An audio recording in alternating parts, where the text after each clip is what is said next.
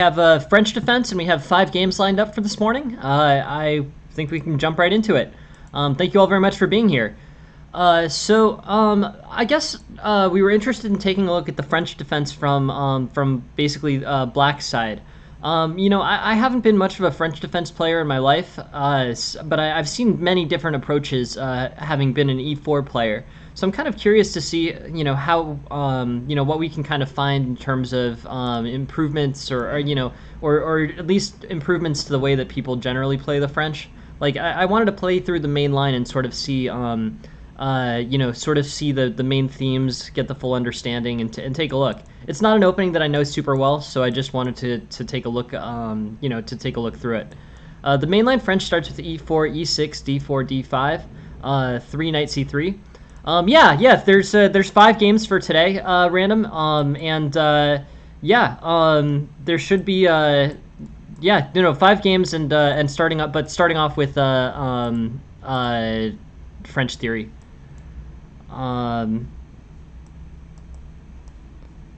Sorry, I'm having a weird thing going on with my... Okay, got it. All right, cool. Yeah, there's a weird thing going on with my Twitch chat. Cool. Yeah. So e4, e4, e6, d4, d5, knight c3.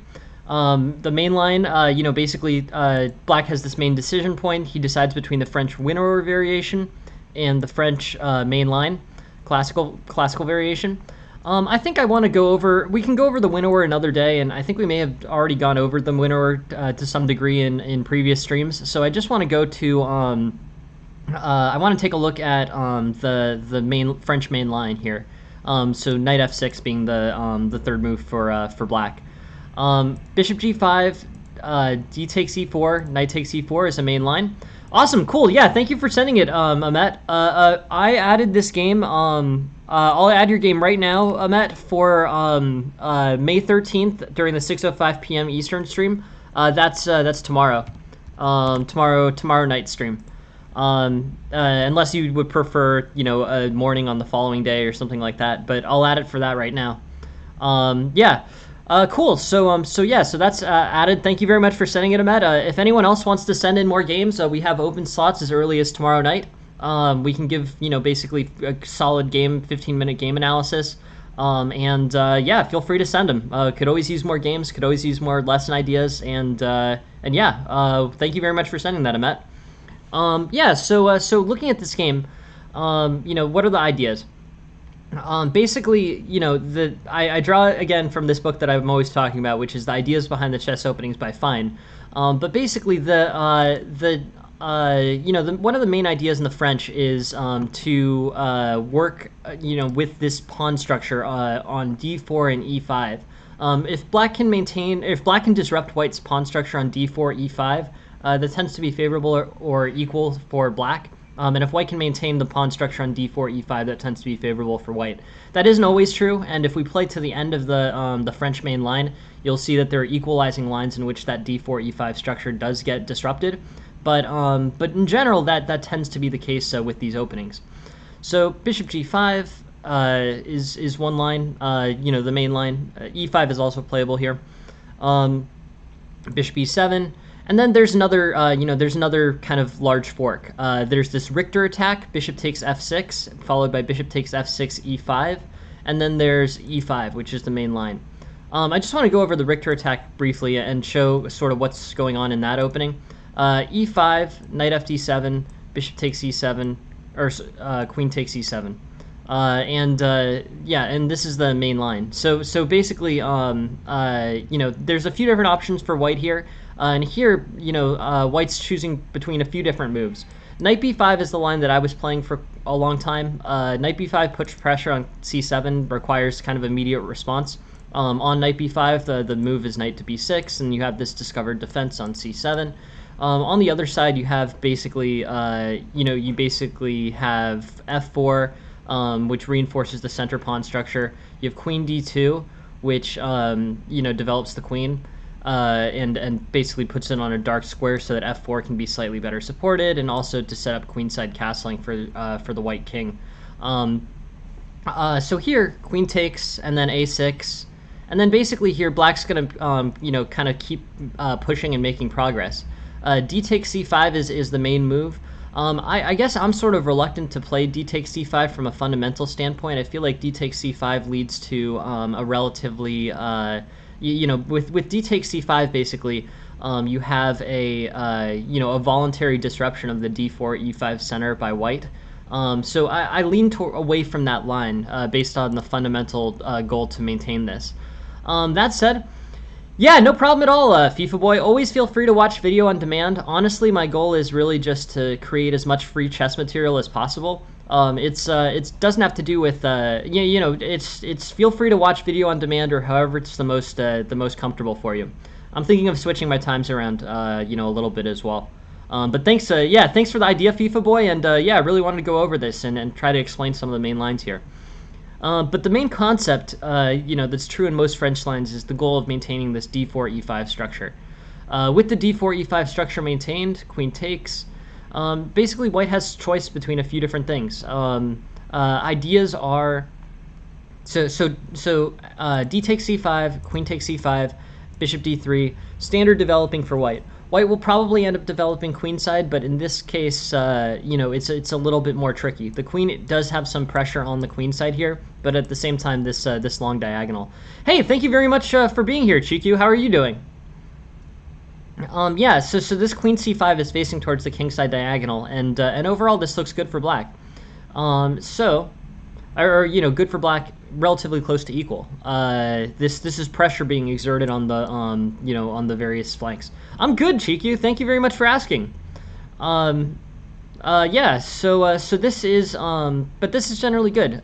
Things like b5, b4, and just overall, the pressure on the king side is going to be something that black will have to work with for the rest of the game. Black will probably castle king side, and it'll be a complicated positional game. The main lines obviously aren't fully determined, so it's not like I can lean towards one side or the other really.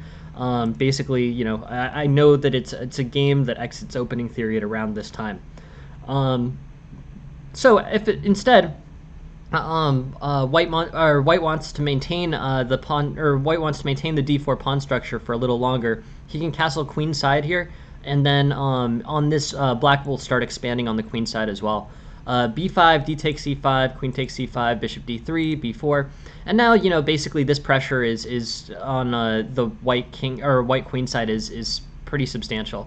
The eval has shifted towards black here, and I think black has a kind of pre-made plan, pre-made attack, and comfortable way of going into the end game, or into the late middle game. Sorry.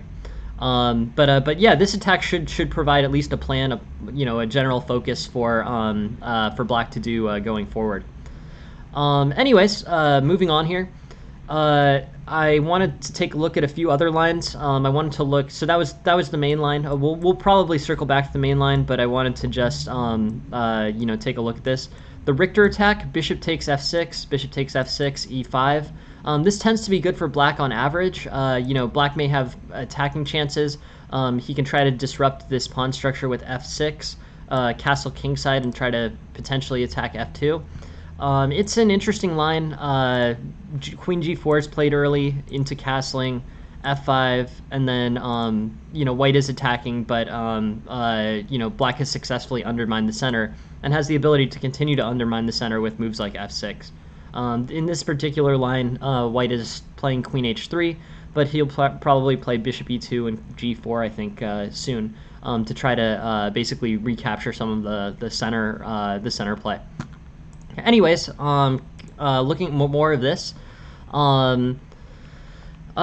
interesting generally. There's a lot of different lines. People talk about the Tarrasch line. This ends up being kind of more solid, consistent, small advantage for white. It's less aggressive than the main line, but the knight is developed to a more passive square, but c3 is playable for white. But that's a choice that's made on the white side. But that's the Tarrasch variation.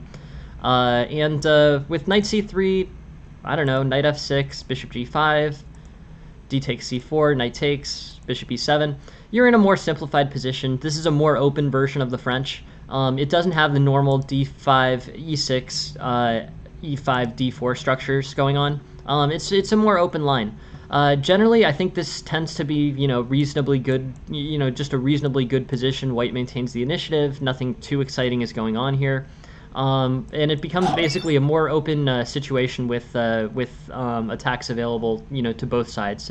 Forward-looking plans that are somewhat flexible to both sides and a more open position relative to General French. Thank you very much for the follow, Tapas. Thank you very much for being here. Thank you for joining the stream. So yeah, in this position you can play moves like c6, knight d7, knight b6, and overall just sort of advance your development for both white and black in a relatively straightforward way. Bishop d3, castles, this kind of thing. So that's that French line. Going back to the mainline French, which I think is the most important. There's a few different lines here. Queen g4 is kind of an interesting novelty here. With these types of aggressive attacks, white basically starts the action in the middle game early. These can often lead to disruption of white's very important center. This main theme of maintaining the d4 e5 structure. But overall, I think these tend to sort of lean more towards black than just the regular main line. So here, e takes, knight takes, and white's center is somewhat neutralized. This queen is a liability basically. It has to go to queen h4 or queen g5. But basically, this center doesn't really pose the same problems for black as the previous center did. With castling and moves like c5, b5, b4, c4, he's going to end up with strong attacks on the queen side relatively quickly. That's assuming that white castles on the queen side, which he's already pretty well set up to do. So, pretty interesting. Continuing on this, more main lines. We looked at the knight. Take a look at the knight b5 line. The knight b5 line that's discovered knight b6, c3, a6, and then the knight gets ejected to a3, c5. Overall, good for basically good for black. This knight is somewhat dislocated. It's relatively equal position. White has lost the initiative. Knight c6, bishop d7, and basically just general pressure, solid positions, and castling kingside. But yeah, very interesting situation. Black can sort of continue on with basic development, and another playable game out of the mainline French. Just so I know what this is called, I guess is this called the Alpin variation? This knight b5, yeah, knight b5 French Alpin variation. I don't know the names super well, to be completely honest. I learn a lot of them off of chess.com. It's this kind of thing I would recognize, but I don't know the names extremely well. Anyways, looking more at this, basically black has some options here. This is the main line f4. a6 is main line for black. a6 is interesting. I always feel like the knight b4, the knight b5 threat on c7 can be dealt with pretty easily by knight to b6. So I sort of wonder about a6. A6 is the main line, but I don't know how good it is necessarily. It just doesn't feel like the most productive move for black. I sort of like c5 here. Castles make sense. But let's take a look at these. Castles, knight f3, c5, queen d2, knight c6. And basically, black's placing a lot of pressure on the center. Overall, this looks pretty good for black. Pawn takes here is an idea. On pawn takes c5, white's voluntarily kind of removed his center. But yeah, these lines were basically you're playing into a voluntary pawn takes c5 main line for black against the French. This basically sort of implies a movement towards equality. White still might have better piece play here. Black's bishop development's kind of weak, and he's going to need to attack aggressively on the queen side in order to create enough mobility for his pieces. But overall, I think moves like d4 should be helpful. Knight b6, knight c4.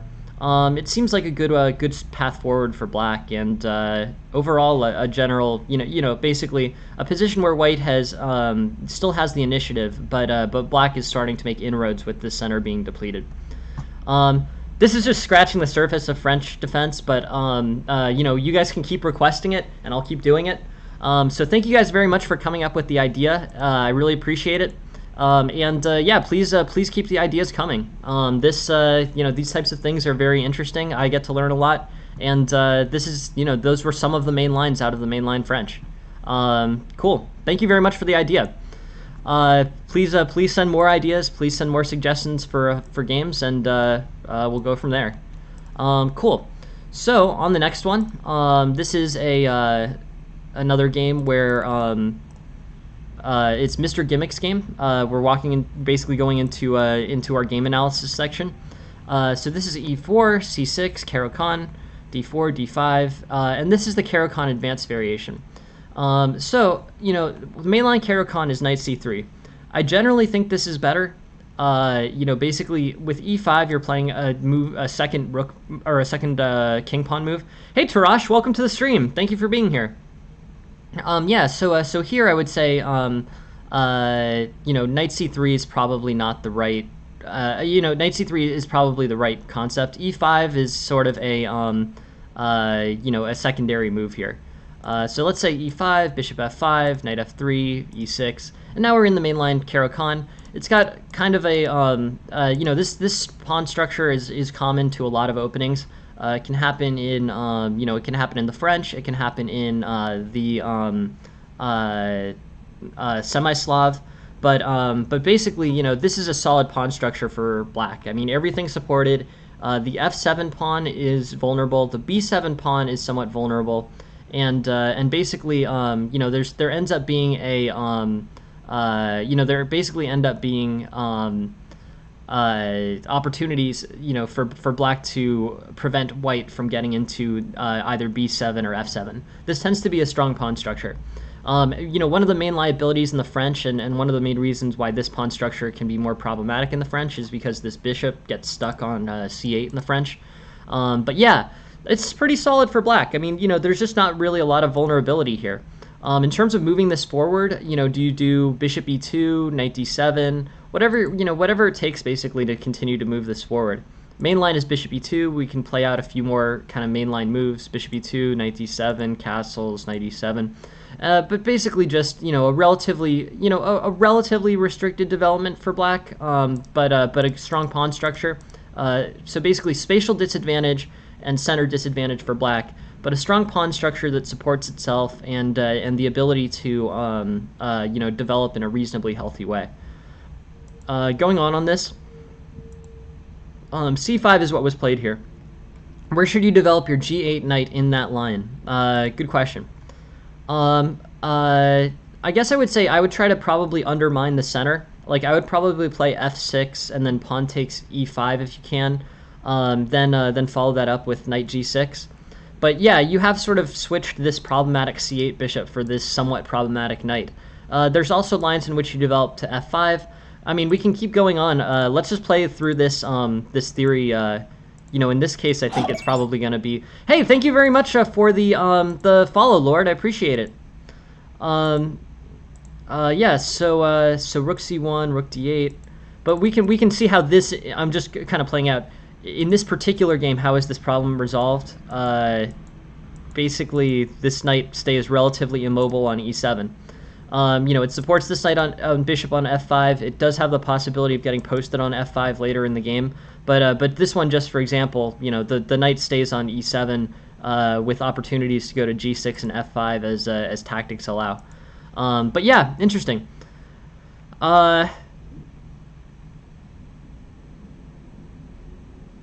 Interesting question, Tarash. I'm just looking. Yeah, I mean, maybe. These lines are probably... these lines are similar. So if someone got comfortable with playing those lines, they might have thematic concepts that are similar to all those openings. But yeah, this is the c5 move. C5 is the second most common here, and here basically, c5, d takes c5, knight c6. C5, I fundamentally, I know it's a main line, but this is another one where I'm like, well, isn't it kind of inefficient to move the c-pawn twice in the same opening? But, the response to that is, well, I guess it was inefficient for white to play his e-pawn forward twice in the same opening. So, c5 is a playable game. even though fundamentally it seems to differ from general, general fundamental opening theory. But yeah, so d takes c5 here, knight c6, bishop b5, e6, bishop e3, knight e7, and basically, black is just kind of developing. The position's somewhat closed. White is making an effort to defend this c5 pawn, and this is basically the d takes c5 line in the advanced Caro-Kann. So yeah, let's go back to the game. c3, knight c6, and basically here, yeah, no, modern theory, I mean, but yes, I guess that's true, Tarash, but at the same time, I'm sort of like, I'm not a huge fan of modern theory, basically. I know modern theory can work, and I know it can be effective, but modern theory involves giving your opponent advantages in space and development, and I'm always cynical when it comes to that. But yeah, overall here, this is interesting. This c takes d5 too. I have some questions about. I think basically c takes d5 is not what I would play. I'd probably play bishop g4 or potentially bishop f5. This c takes d5, kind of diminishes white's center. The e5 pawn becomes a lot more vulnerable. There might be opportunities to hold on to the c5 pawn, but again, this seems, this is going to transpose into something that looks somewhat like the French, and d takes c5 is generally not a good move this early in the French opening.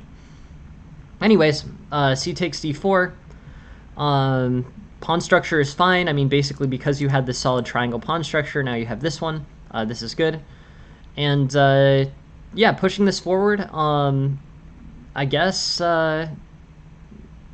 Yeah, right. Yeah, no, that's exactly right, Charash. And I think basically with that concept, White is able to, White is basically able to get a little bit more. He potentially secures an outpost on d4, but I'm also generally not convinced about the strength of d takes c5 in the French.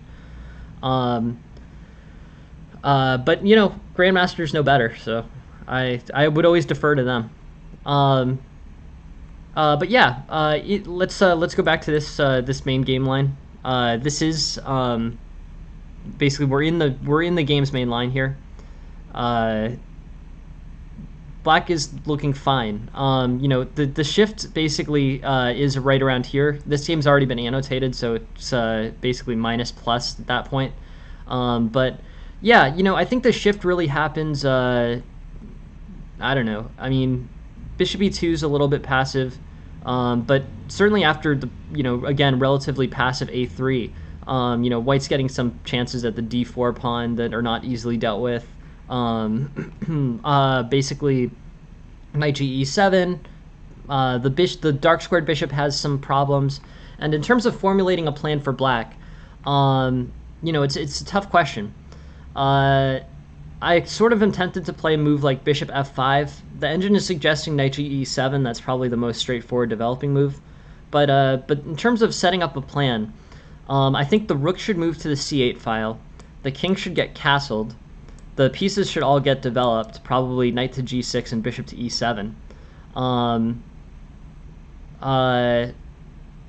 Yeah, that's an idea. I guess I'm thinking of something a little bit more tactical than that. But yeah, there's some there's definitely some truth to that. One of the things that's characteristic of the French is basically black's dark squared bishop ends up being much stronger than its light squared bishop. That's sort of a general theme. That's because these pawns, d4 and e5, which are often fixed in the center, are placed on dark squares. And also, pawns defending this pawn structure, like c3 or f4, are also on dark squares. So black's dark squared bishop gets extra play later in French lines, and that's what Tarash is referring to. But yeah, knight h6, knight f5, and basically, black has won a pawn.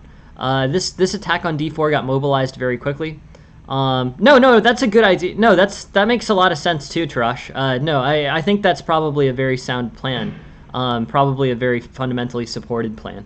But yeah, it's helpful for you to bring it up because I do think that it's important to note that that this d4 e5 structure leads to strength of the black bishop in the French.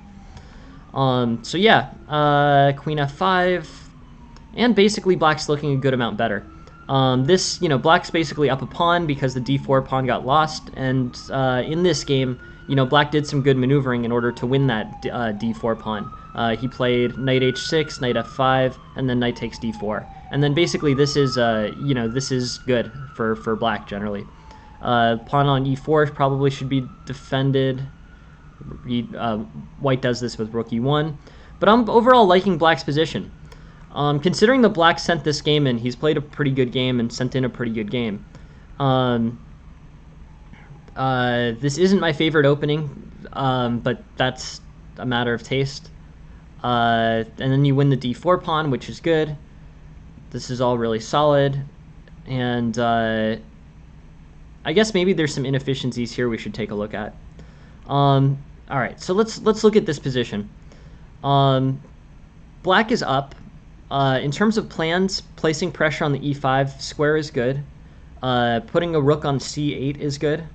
I don't think there's much vulnerability on the king side. I mean, black will have to be careful about weaknesses on the dark square on the king side, but I think it would take a really long time to really get in there for white. So, yeah, I would just move rook c8 here. And then you've got kind of an interesting position. I mean, you're really pretty significantly. Like, having that extra d pawn is really, was really a good tactical win and a big error for white. So you're carrying this one d4 pawn as long as you can in this game. I don't know if bishop plays f4 here or queen plays e2. Okay, yeah. So I don't know. In this position, what would I do? I mean, longer term plans, I would definitely want to trade off one of my knights for this bishop. I mean, this position's very quickly becoming more open. I might do this using like knight a5, rook c1, knight b6. I mean, basically just, maneuvering the knight into the white king side, or white queen side, white territory until you have an opportunity to trade off the knight for a bishop. But I sort of wonder, do you have a tactical win of e5 here? Oh, no, you don't. No. I was looking for a second at e5, queen takes e5, queen takes d3, but then you have queen g7, so that's not playable.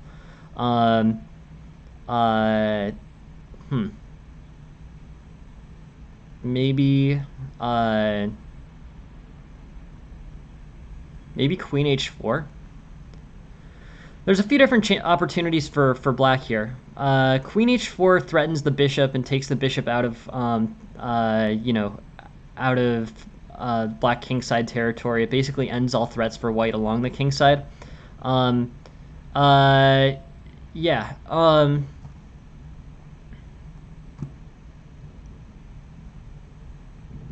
Yeah, just looking at your question or your statement, Tarash. Yeah, that's right. I mean, this white squared bishop isn't really doing much. It's not being super utilized here. So I still think it's worth trading off the knight for the light squared bishop in general. But yeah, it's not as if the bishop is particularly well placed. Bishop f8. Basically simplifies the game. The engine is, screaming equality after this. It does make knight takes e5 a playable tactic, although now white has fixed that problem. Probably play queen h4 and then play like knight d4. Overall, this position's solid. Black has a game to play here. The rook's on the c8 file, and really, black should just be in the process of kind of being careful and trading down and trying to win this game in the endgame. It should be an endgame win.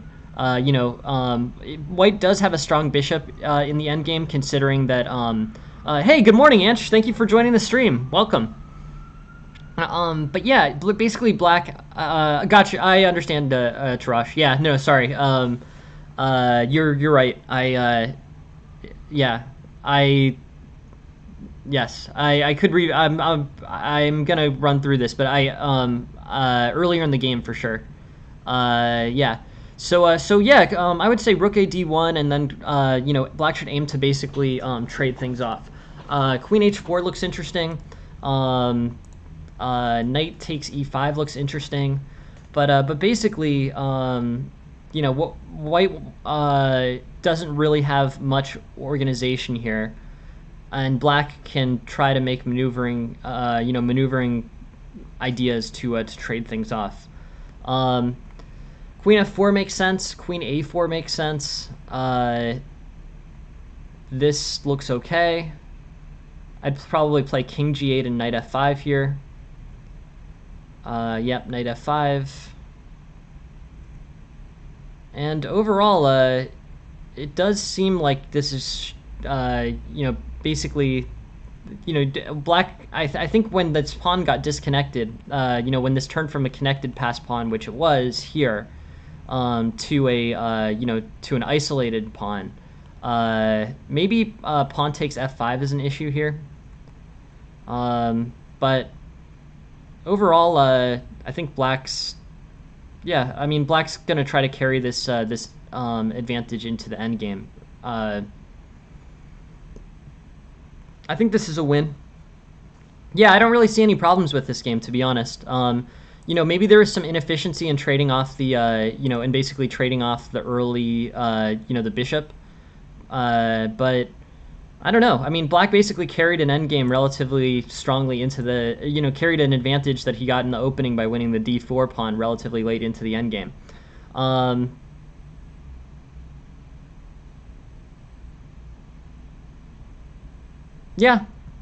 there's true. I mean, yeah, there's definitely some truth to that, Tarash. But yeah, in terms of basically looking at this game,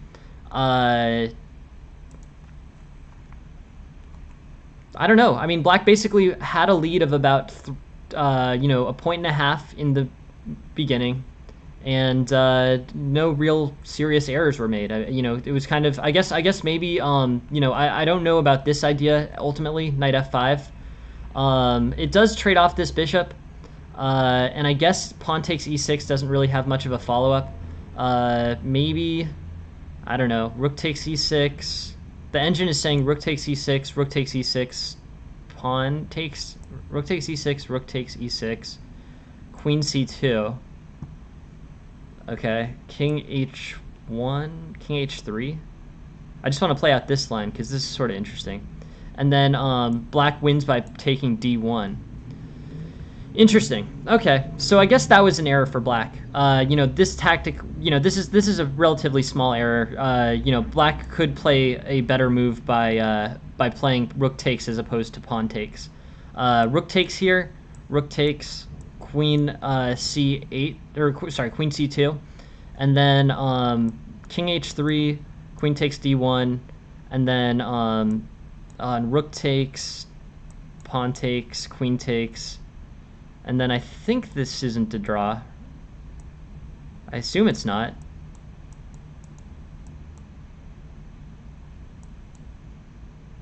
I just want to play this out.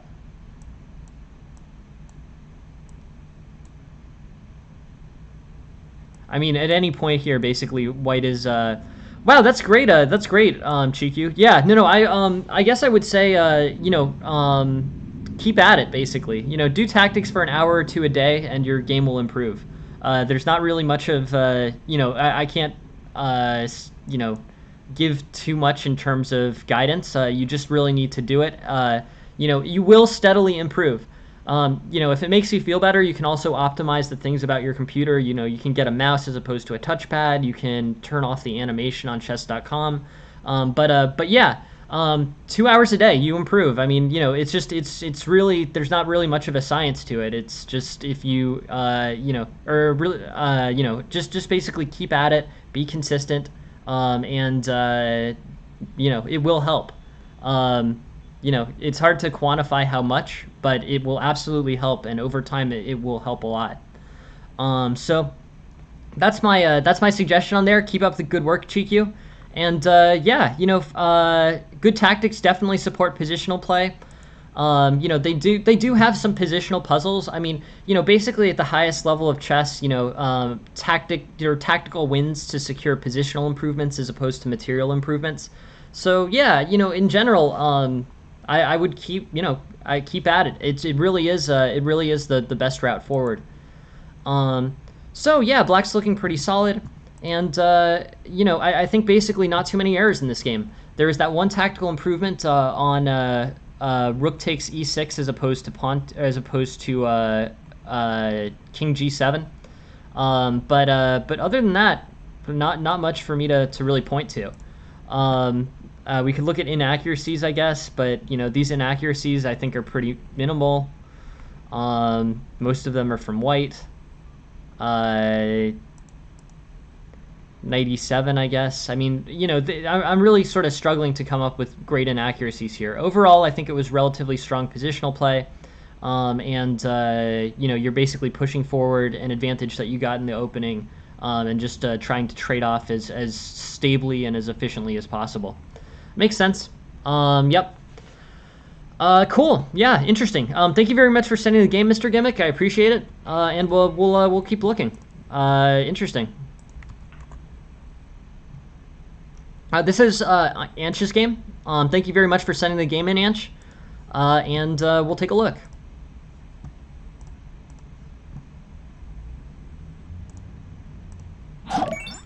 Hey, thank you very much for the subscribe. Appreciate it. Yeah, thank you for the follow. Cool. D4, D5, Bishop F4. Strong opening for white. We'll take this from black's perspective. Bishop F5, Knight F3, Knight F6, and basically A6, and this general line. White basically has a strong white basically has a relatively strong, good developing position, and black is gonna have to find a way to equalize. London system is a very strong opening. It basically ends up leading to solid, consistent advantages for white well into the middle game. So for white, I really like it as an opening. For black, it is challenging to play against. Very sound play. Knight takes. So knight c3 is inaccurate. I mean, white doesn't want to allow knight takes f4 here, really. I think bishop g3 is better. Bishop takes b8 is also listed as the second best move, but basically knight takes f4, trading the knight on f6 for the strong London bishop is something that will favor black. So overall here, I think black's looking fine. This isolated queen's pawn, these doubled pawns here. Overall, this should be good for black. From a general sense. E6, knight d7, bishop e7, castles. This is a good, solid developing plan for black. Really was a kind of an error to trade off that London bishop. Yeah, probably. Yes, I mean, you can definitely reverse engineer some things. I mean, the truth of the matter is, the highest level players have thought processes that are, it's very difficult to explain what someone was looking at for 42 minutes. I mean, that requires a very sophisticated level of thinking. But yeah, that's definitely something you can do. I mean, also, there are many books that exist, Tarash, where, people are looking at high-level games, and the games are, the grandmasters are actually there to explain their thinking. But yeah, you can usually slow a game down enough that you can figure out, why or what the plans and purposeful ideas were. I think that's a pretty good way to study.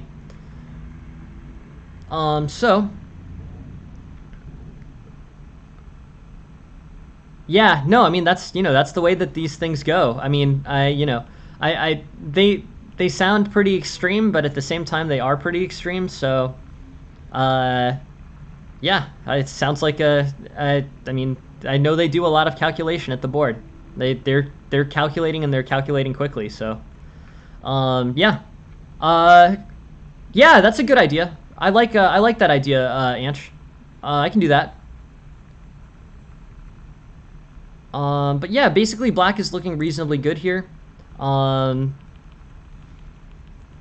I was just kind of spacing through this game. I want to make sure that I really look at this. I think black's in good shape after knight takes f4, but his way of securing, further development is, basically, how does black secure, further development given this improved pawn structure? Maybe e6. I mean, e6 looks required. D5 causes a lot of problems relating to b5. So I would say, yeah, I would say e6 here over threats on b5. Um, uh, Bishop e6, bishop e6, d5, and there's almost no situation in which d5 doesn't win for white. I mean, black really has to struggle here. So this one is tactical. Basically, I can't remember. I guess this is called like distraction or something. But basically, this pressure on b5 ends up being pretty significant with bishop e6. So e6 lets black have a more healthy pawn structure. It sets up the development of this bishop, and it strengthens, against attacks on d5, which could become a liability for white. I think this is mostly tactical vision. Seeing that this d5 causes problems on b5 is tactical. So I think with general tactical study, that's probably the best way that you would see this. From a positional perspective, I think black's played fine. I mean, black traded his knight for that London bishop, and that was helpful. Now you play e6, and this basically set of moves leaves, basically e6 leaves black in a relatively good position. So I would say e6 over bishop e6 here. Bishop e6, white didn't play d5 and weakened the b5 square, so now you've got really good positions. Queen takes d4 looks good. F6, well, I don't know. I guess I would play queen takes d4. It seems to be a hanging pawn. So b4, I guess, does put more pressure on white. And I think, yeah.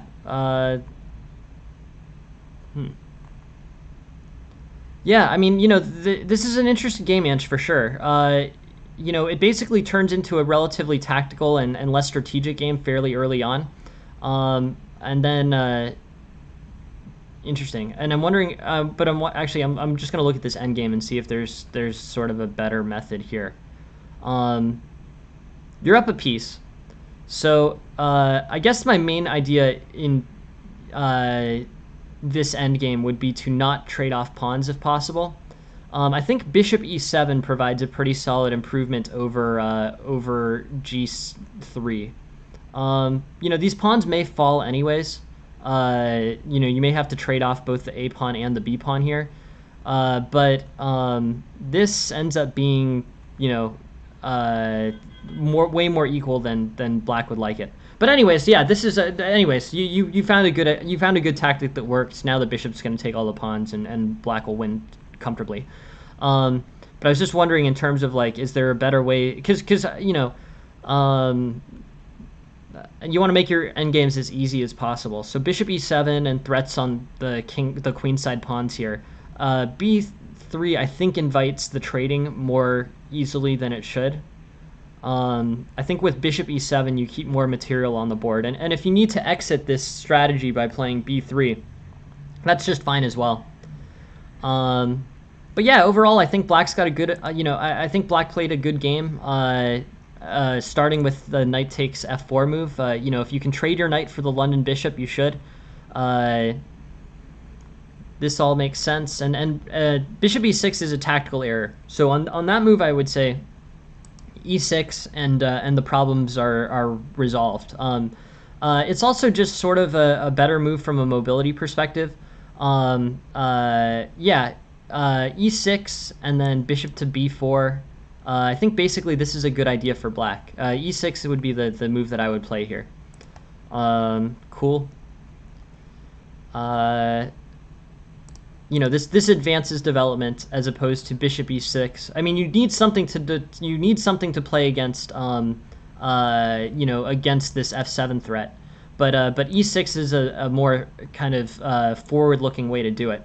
Bishop e6 sort of undevelops this bishop and makes this bishop more difficult to develop. So for that reason, e6, since it covers really the same general concepts, you basically can you can play it. I understand there's some tactical stuff here that goes on, like with bishop g4, bishop g6, f5, pawn takes, bishop e5, but you can steer out of it. So overall, I think that this sort of requires, somewhat advanced tactical vision. Actually, a4 comes in as a transposition before bishop g6. But overall, this should look good for black over white. The queen probably has to go to d1, and then after the queen goes to d1, you're in good shape as black. You know, the attack's kind of subsided. So yeah, I think this basically comes down to tactical play.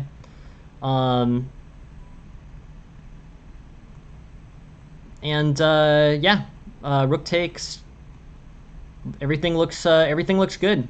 You know, you trade into a piece up endgame. I might have tried to hold on to the pawns here a little bit better, but you know, you're a piece up, so this should be a win. But yeah, you know, in terms of corrections to make this game, I think that that e6 versus bishop e6 is the one that I see the most easily. And this queen takes d4 move, or sorry, e6. So e6, or what the game went, bishop e6, queen c2. This queen takes d4 move is playable now. It wasn't playable a move before, like here, queen takes d4, queen takes f7.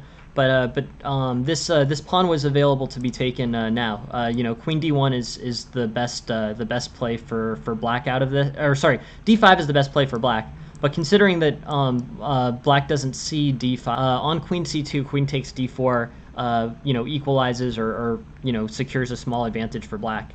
This is good. So those are the two moves that I would look at. You know, move you know, move 10 for black and move 11 for black.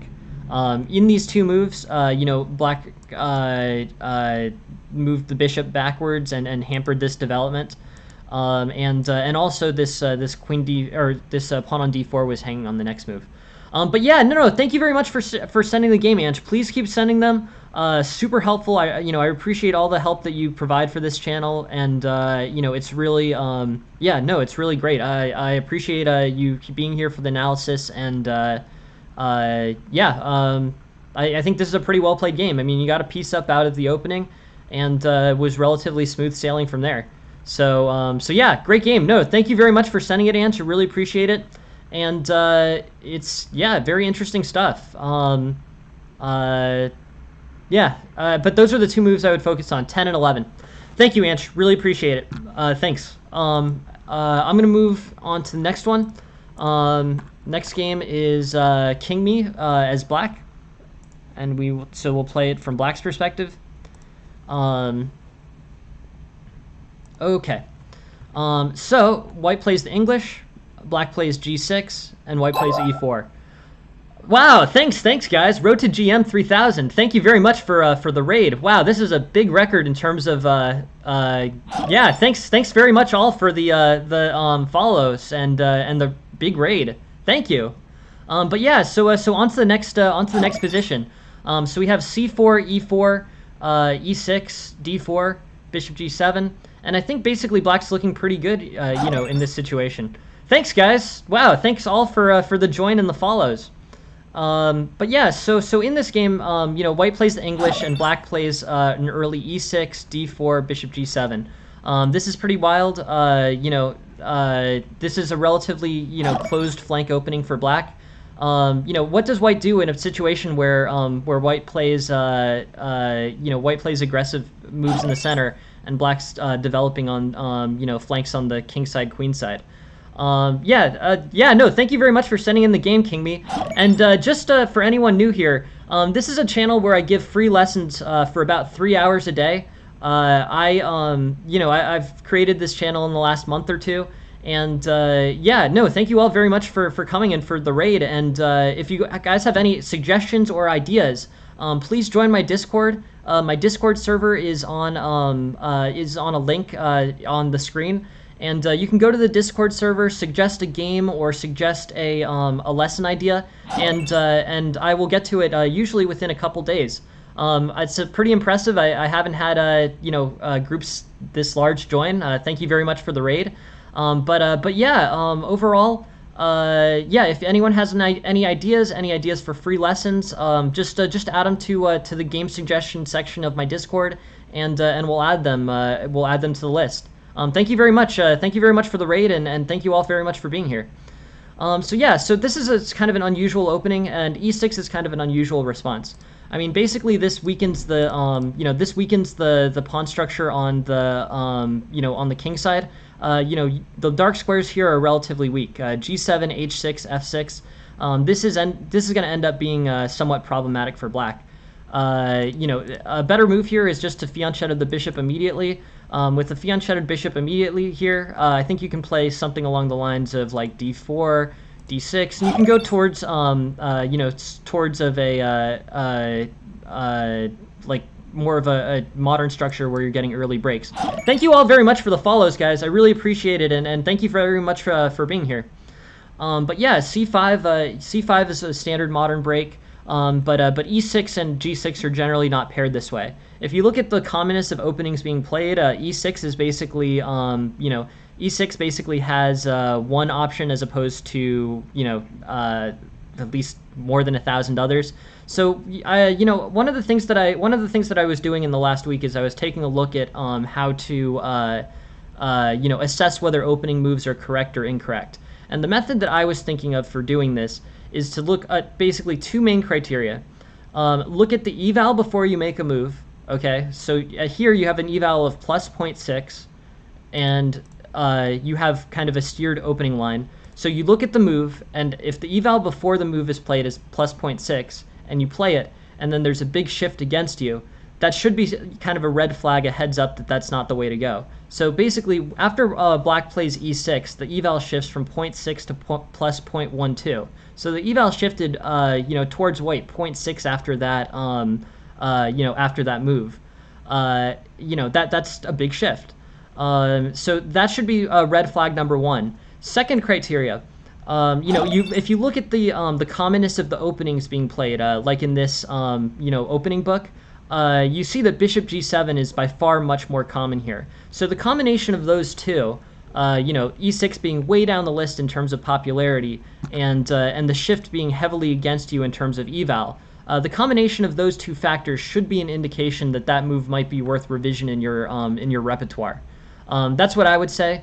There are other ways that you can evaluate opening moves, but since opening preparation and how to improve your opening repertoire was a topic, I think we can use that criteria for looking at different ideas.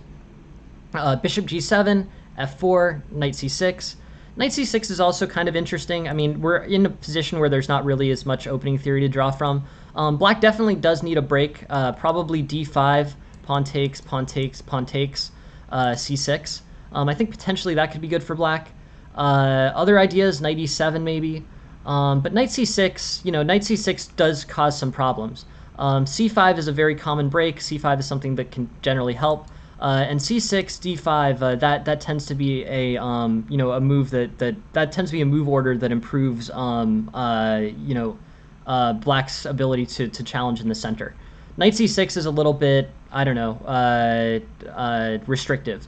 You definitely want to get development, but the more natural way that you can develop this is d6, knight d7, knight e7 castles. That seems like a good play. Yeah, no, thank you very much. Thank you very much, all guys, for joining. But yeah, so you're looking for ideas here. Knight c6 is one, but black will have to deal with restrictions on his development later. d5 probably, sure. Knight f5, but black is basically equalized here. Black has played a flank opening against basically modern opening against a large center for white, and black needed a break and to hold a break. So if knight e7, c6, pressure on d5, and I think basically this is going to be an idea that's going to be this is an idea that's going to be successful. So knight e7 holds the center, c6 potentially, or bishop to d7. But you're going to end up with a relatively strong center for black, considering the early, the early white spatial and developmental advantage, spatial and center advantage. Knight h4, knight takes f3, and here pawn takes c4 I think is playable, and you'll get a discovered threat on d4. b5 I'd play. Yep, holds that. a6. And, now you basically have sort of a queen, kind of like a Queen's Gambit accepted type structure, but it's later in the game, so you have a better chance of holding it. Bishop b7, pawn takes, maybe something takes rook. But you're going to get pressure from black on the king side, and this is going to basically improve things for black. Queen d5 looks like a natural outpost. It's not super vulnerable to the knight. Queen d5 here, and everything's preserved for black. Black has the spatial advantage, and the ability to kind of push forward this development on the queen side. So queen d5 looks solid, a5 looks solid, and I think that's black's best route forward. Bishop b7 just hangs the pawn on c4. Just a note for anyone who may be new here. This is a viewer game. This is a game sent to this stream by KingMe1993. If you guys have other games that you'd like looked at, or games that you would like a free analysis done on, please just send them to me. You can do it in the chat, or you can do it in the on the official Discord in the game submission section. But if you have any ideas for lessons, or if you have any games of yours that you'd like me to take a look at, I'm very happy to do it completely free. I do this stream 3 hours a day, we'll get to it, based on how much people have been using the stream in the past, within a couple of days. If you'd like a personalized game analysis, thank you very much for joining, Aphelion. Appreciate it. But yeah, basically anybody, if you have games or games that you'd like reviewed, please just send them over on the chat, and I'll add them to my list, and we'll take a look at them. But yeah, bishop takes c4, knight takes, queen takes, and overall this is a tactically strong way for black to play. This situation looks good for black. Potentially a5, potentially c5, the rook moving to d8. Yeah, good point. That is I didn't even think of that. But yeah, you're right, French Bill. Hopefully, yeah. But feel free to send on the Discord. And if any of you guys would like a free game analysis, or you'd like to make a suggestion for any of my upcoming lessons, please just send them on the Discord, and we'll get we'll get to them within a few days. They'll be on the stream. So this is King Me's game. In terms of improvements for this game, King Me, I think you've got, a pretty good, solid game. You're able to trade off early. You're able to get a discovered check on this d4, basically a discovered attack on this d4 pawn, and then you expand effectively on the queen side. So b5, a6, and you've got sort of a Queen's Gambit accepted structure, b4, and then, your first improvement, really, I think your first oversight is knight a5 holds the pawn structure, but queen d5 also holds the pawn and centralizes the queen, so that the knight can be utilized for the defense of b4. You can play rook b8, you can play rook to d8 potentially, but overall I think black's going to be pretty solid here. If the c4 pawn is maintained. So yeah, queen d5, and maybe line up force on the rooks on the d file and the b file. I think might be a strong idea. Bishop takes, and you're good, looking good. I think white didn't fully capitalize on his brief positional advantage. Bishop takes c4, knight takes d4 was is a responsive attack that lets the discovery on the knight come through. So knight takes d4. I think knight takes e5 might even work, but you'll get a discovered attack on the knight on d4. Cool. Rook b3, a5, rook c1, and yeah. Now basically, with an insufficient dismantling of white's queenside pawns, there's a lot. Basically, black continues and has another relatively solid advantage. In terms of improvements here, bishop takes. This all looks good. I think there's some inefficiency here. Maybe bishop to e7.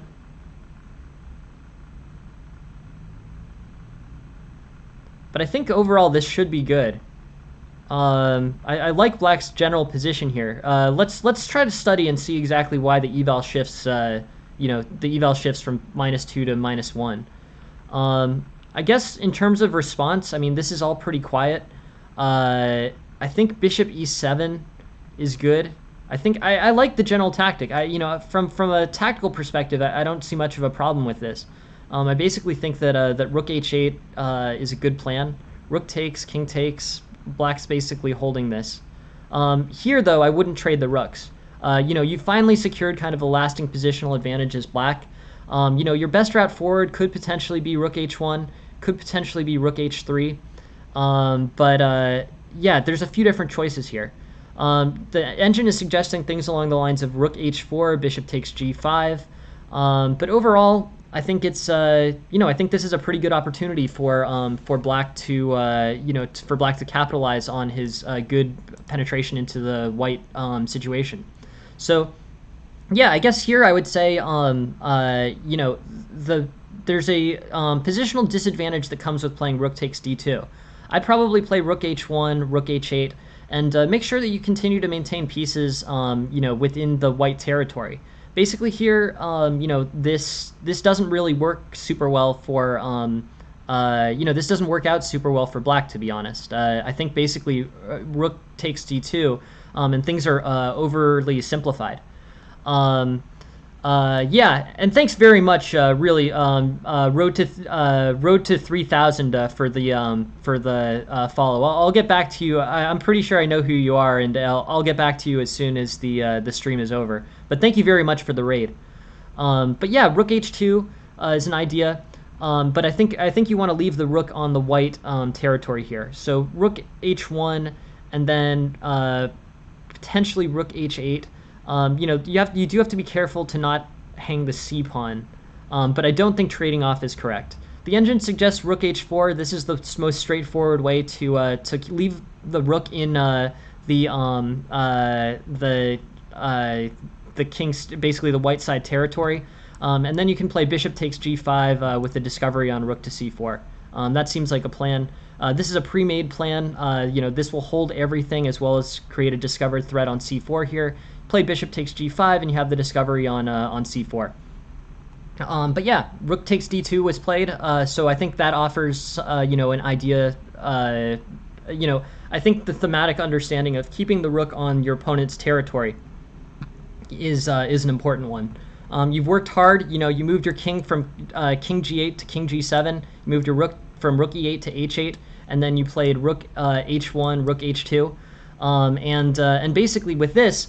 You end up in a situation where black is where black is basically solid. No issues here, and but rook takes d2 basically takes all that hard work that you've done, moving the king up, getting the rook into the white territory, and sort of trades it off for a rook that never spent any tempo on that. What about bishop takes g5 in the line I mentioned?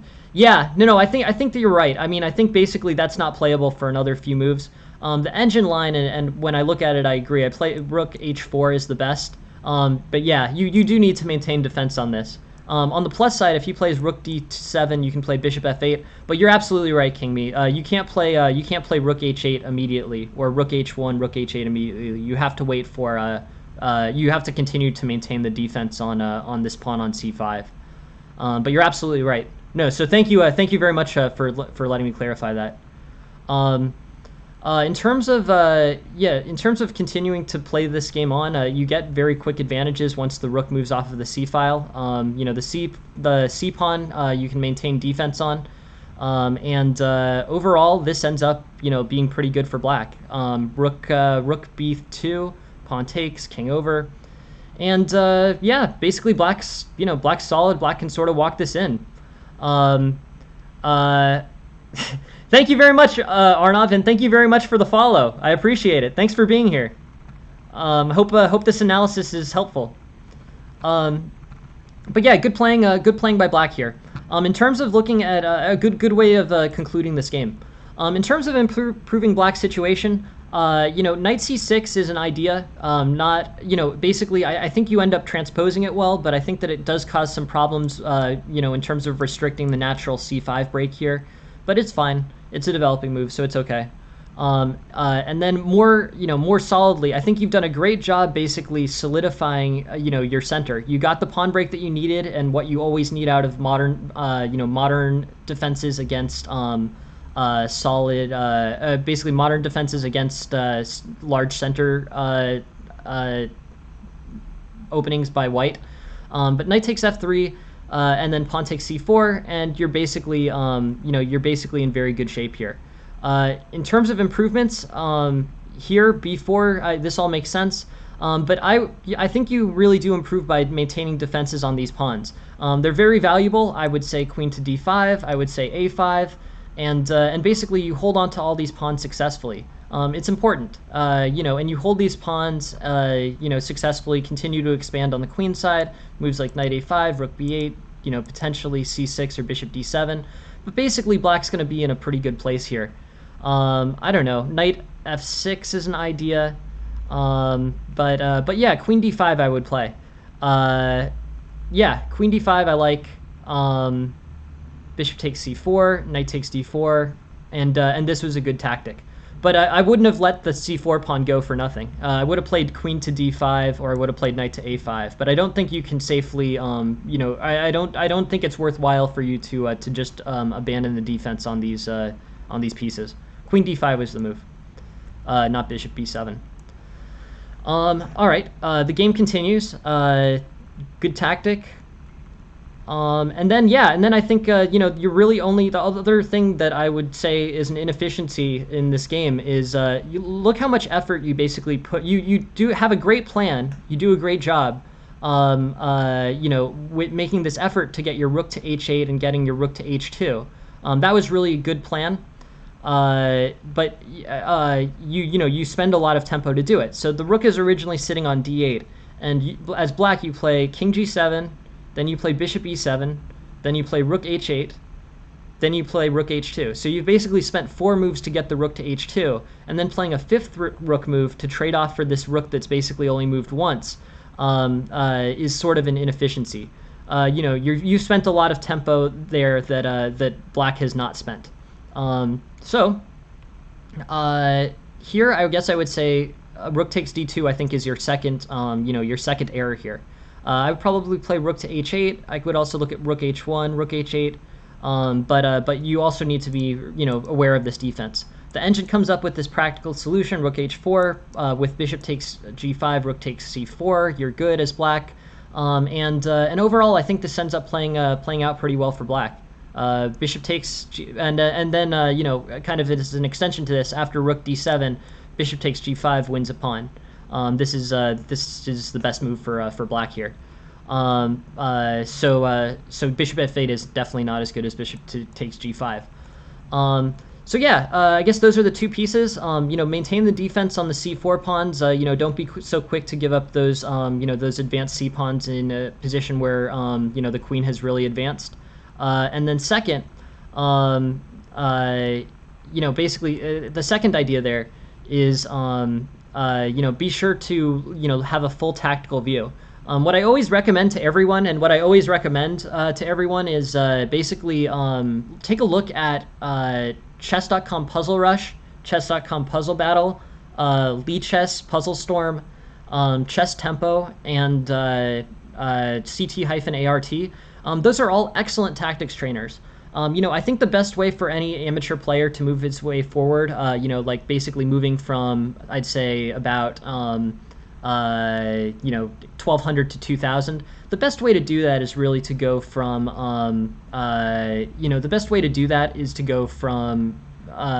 tactics trainer, or to move into tactics training and away from standard methods. Like, a lot of people spend a lot of time on opening theory. I think that's great. And I think it will definitely help your complete understanding. But if you're looking for the most efficient way to improve as a chess player, as an amateur, someone who's not going to go pro, I guess my argument there would be, you really should heavily focus on tactics. An hour or two of tactics a day on any of the tactics trainers that I described will really help your game out.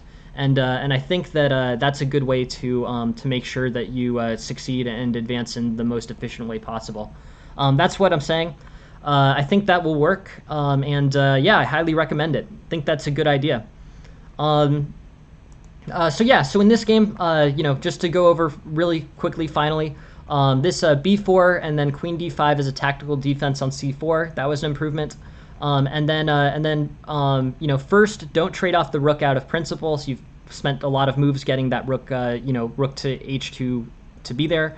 Don't trade it off for a rook that's only moved once. Instead, with tactics training, I think a move like rook to h4 becomes more clear. This basically, forces something. It forces either this rook to go backwards, or it allows this bishop to take this g5 pawn, or it forces rook to c2.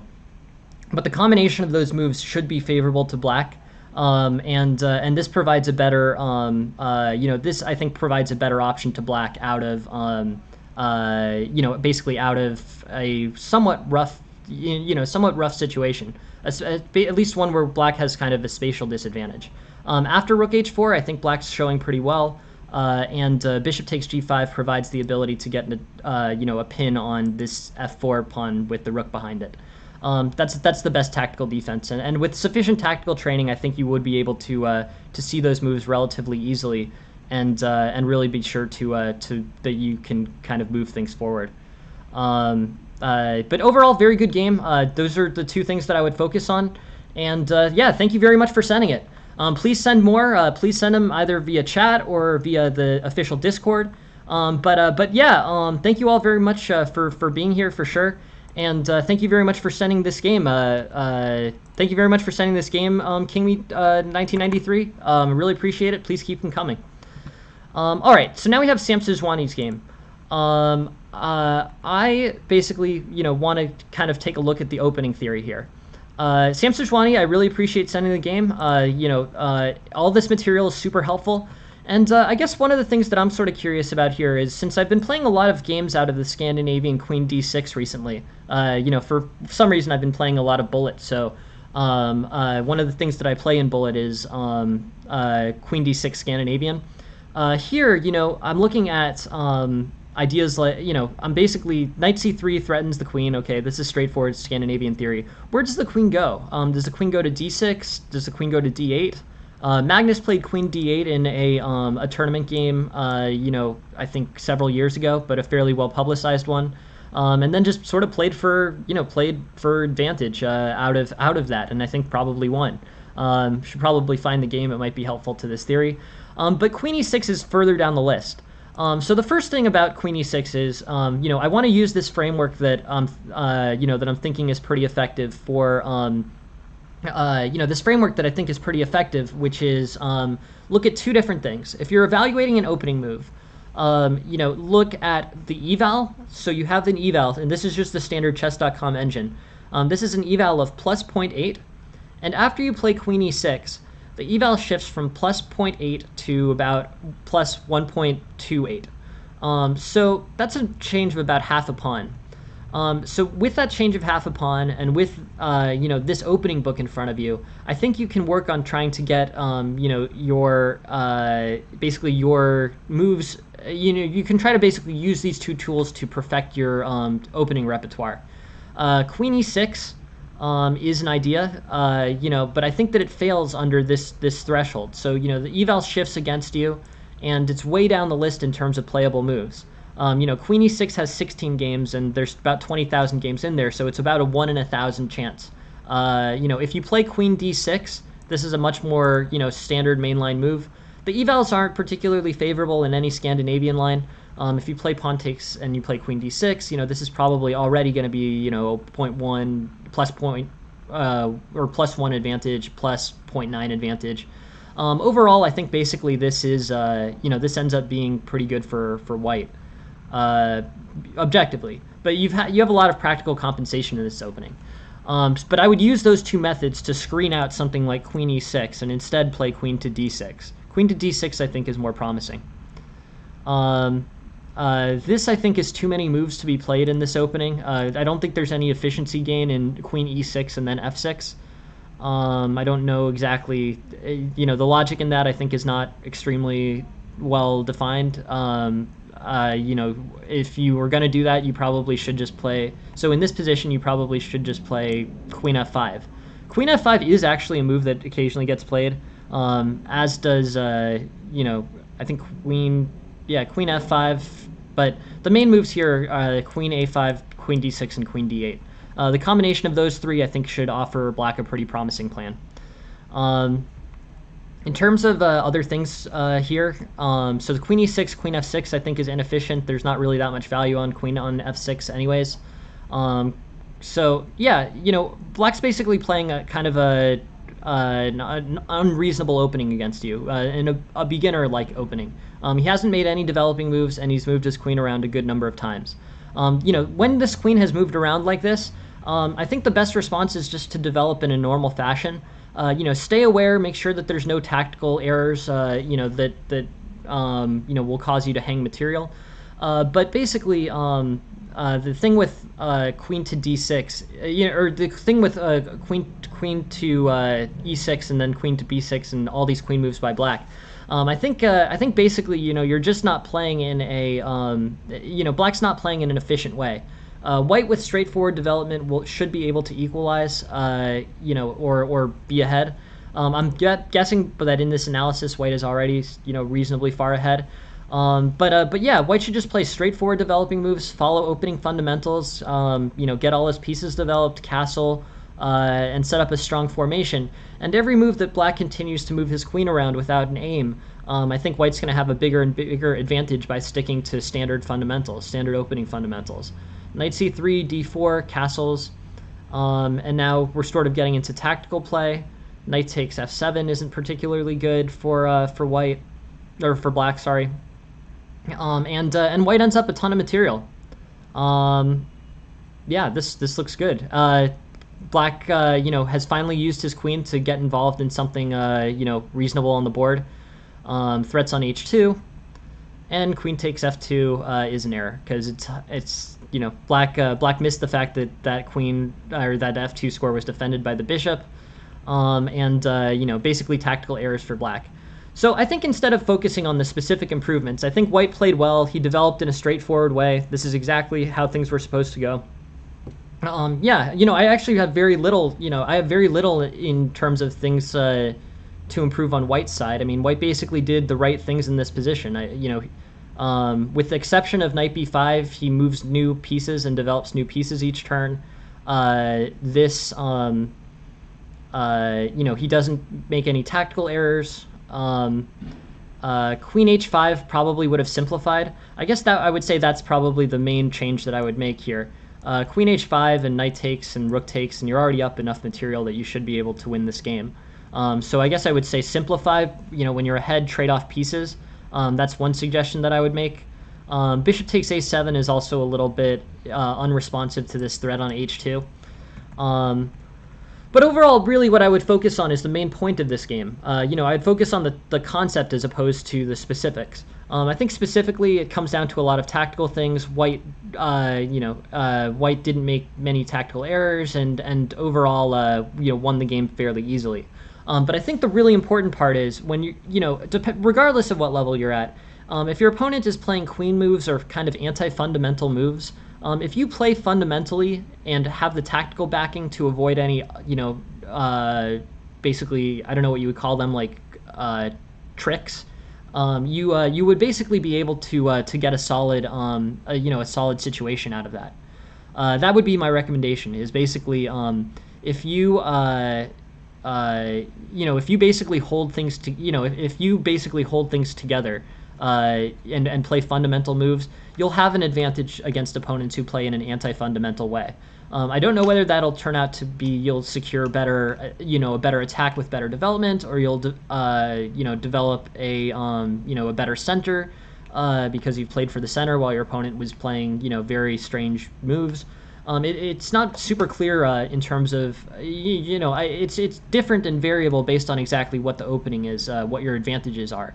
But the main point is, if your opponent is playing things that are illogical, if you play things that are logical, you will be in a good place going forward. That's my recommendation. Just stick with what makes sense. Stick with what you know to be the well-established and correct fundamentals, and have the tactical skill to back it up. If you have the tactical skill to back it up, that's really the most important part. That's basically necessary, I would say. You know, you can know all the fundamentals, but tactical training should be such a strong part of people's chess development that tactical training should be a strong part of people's chess development that you shouldn't struggle too hard to, to avoid falling into cheap traps. That's my recommendation on that. So yeah, CT Art, Chess.com Puzzle Battles, Chess.com Puzzle Rush, and I think overall that's going to provide a great way for you to improve. I think basically, this this manner of improvement, this just weightlifting style, tactical study is really what's going to provide the biggest advantage to players at the amateur level. I think a lot of people kind of lean towards teaching other material. I think having a well-rounded development is definitely good, but it's just a necessity. I mean, your tactical skill has to be reasonably good. Otherwise, you're going to run into problems. I don't. It's happened many times in my life where basically my opponents have had excellent tactical understandings. My opponents have had excellent positional understandings, have excellent opening understandings, and then make tactical errors that lose the game. And that, I imagine, is very frustrating. And the way that you can avoid having that happen to you is basically by putting in the time on tactical study and making sure that you play in a precise way, which you will do if you put the time in on the tactical side. So overall, I think it's really interesting. I think it's really good. But the main point here, I think, is one that we can all kind of draw from, which is basically, if your opponent is playing, opening moves that involve moving the queen 6 times, you can really capitalize on that by playing fundamentally correct opening moves, developing all your pieces, and doing the same thing that you would do in a normal position. And then also not falling into any, cheap traps. But with tactical study, you should be able to avoid that. Anyways, I think it's I think that's the insight from this game. Thank you very much, Sam Sejuani. Great win. I think you fundamentally did exactly the correct thing. Your opponent keeps moving the queen, and you have good restraint in not moving the queen, or basically not mirroring your opponent's anti-fundamental moves. And overall, I think really a great idea, great play. Thank you very much for for sending it. And if anyone else wants to send in games as well, please send in games. I mean, there's also the computer definitely does show some things that are kind of crazy. If there's a big piece sacrifices, that kind of thing. Playing no human at this point plays as tactically correctly as even very standard chess computers. So, when you're doing tactical study, you're basically learning how to play more like a computer. Like, the computer would be the best tactician in the world. That's one of the things that computers can do perfectly at this point. With that in mind, I guess I would say that, you can't really teach good tactics. I mean, you basically have to study good tactics. There are resources that are probably more and less efficient than others, but it's just a necessity to have good tactical study and work that you have to just put in on your own. You can watch streams, and I think streams are helpful. I think, there's some great streams that will teach you how to improve efficiently.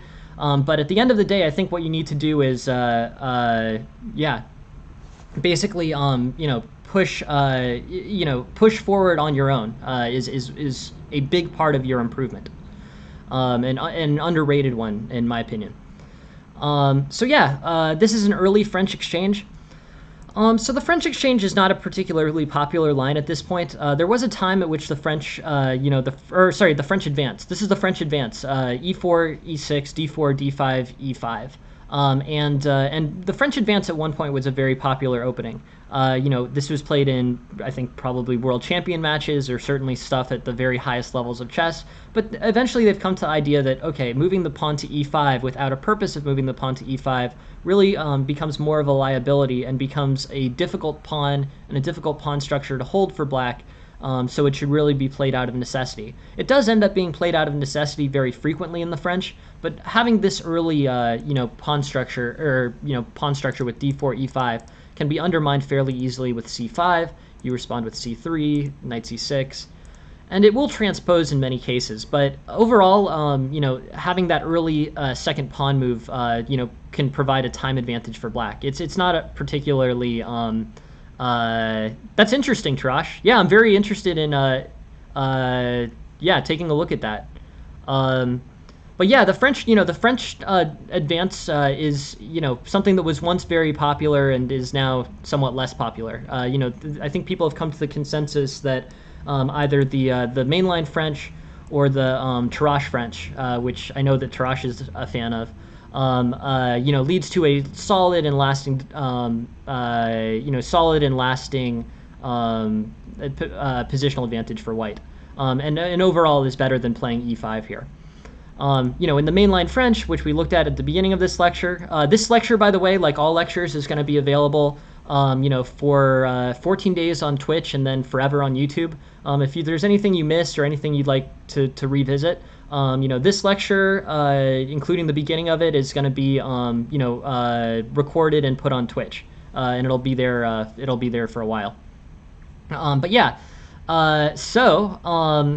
knight to c3, I think, is the mainline French. It's pretty good. Here, black play c5? Or no, so basically, I was looking at different lines, but here basically white plays the French advance, not as popular as it once was. Knight h6 seems early. I don't know, probably bishop takes h6 and giving black doubled isolated pawns is a good idea. The knights can be very strong in the French, maybe less so if this position's getting more open.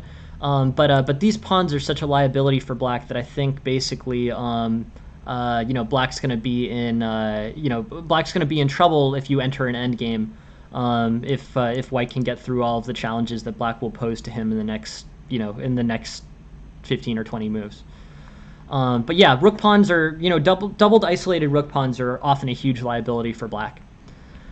Going on in this game, what should white do to maximize here? He's played a bit of a sluggish opening. This advanced French is not particularly good. Mainline or Tarash is better. And then, one of the real fundamentals of playing the French, and I draw this from Ideas Behind the Chess Openings by Fine, a book that you guys will hear me talk about a lot on this stream, is basically the value of, one of the main determinants of how French games go for white and black is how well white can maintain this pawn structure on d4 and e5. d4 and e5, if they can be maintained by white, will provide white with a lasting advantage. If they get disrupted, or if one of them trades off, say pawn takes c5, this tends to be equal or better for black. This isn't literally true, but it's a very good general guideline in terms of learning about how to play the French. Black will have undermining moves like f6 and c5, and basically, we'll end up in a really pretty solid position here. So I would say here, bishop e3 probably is not as good as c3. c3 with the natural maintaining of this pawn structure is probably the way to play it.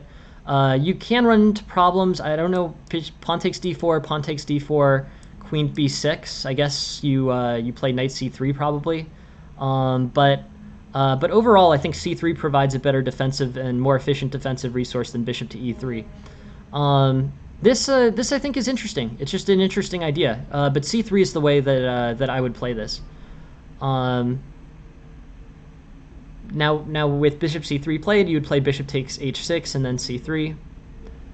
But yeah, this depletion of the center for white I think is not good. This, basically white should have a solid center here, or at least an effort at a solid center.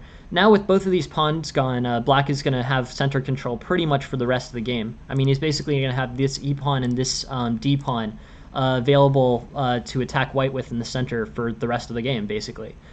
So overall, I think that's pretty good. I think that's going to end up being pretty good for black against white, and I think there's improvements in white's play. Starting with, I think the French advance is questionable.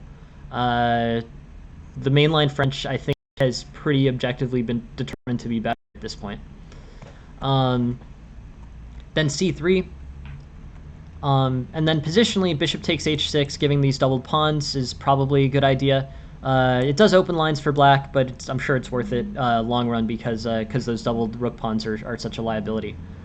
The center gets neutralized, bishop takes d7, and basically white's coming up with the best that he can do here. And now I think you can play knight takes d5. And this comes down to a relatively volatile tactical position, as many games do, at the end of the day. I mean, at club level, I would say half of games have, big swings. This, I guess what I would say about this is the main point is that you should overall, I guess at the end of the day, stick with reasonable openings and lean heavily on tactical study. This volatility here is too much. If you look at Grandmaster style games, what you notice is basically that you see a lot of you see basically flat lines here, and every kind of ridge on this analysis comes from a big difference in tactical theory. Hey, thank you very much for the follow, Saurav. Really appreciate it. But yeah, these ups and downs here.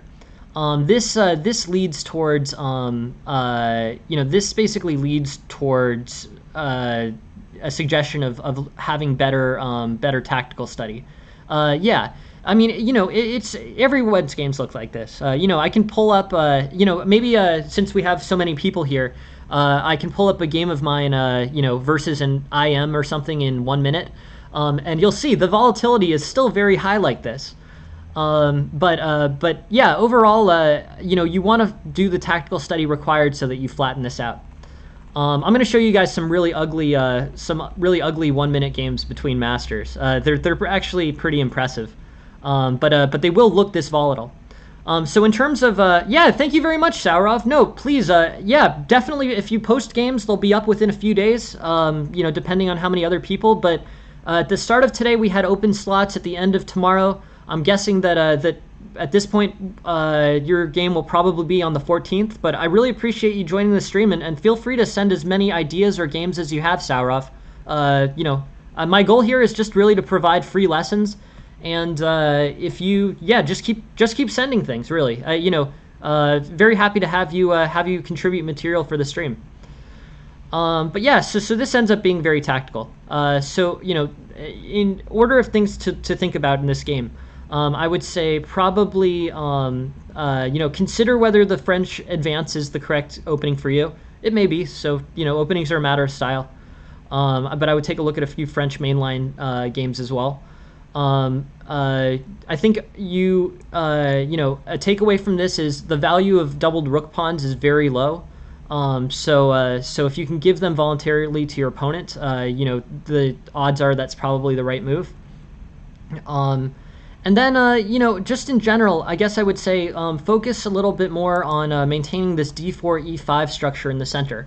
This Ruben Fine book, does an excellent illustration of various it's very drilled into my head. This does an excellent analysis of d4, e5 in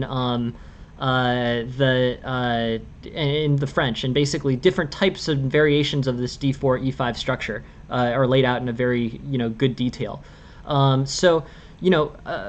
It basically all points to the importance. C3 tends to be better than E3, and this is a big, this is basically a big positional deal. Holding on to these pawns in the center, D4, E5 structure, that is just almost always good.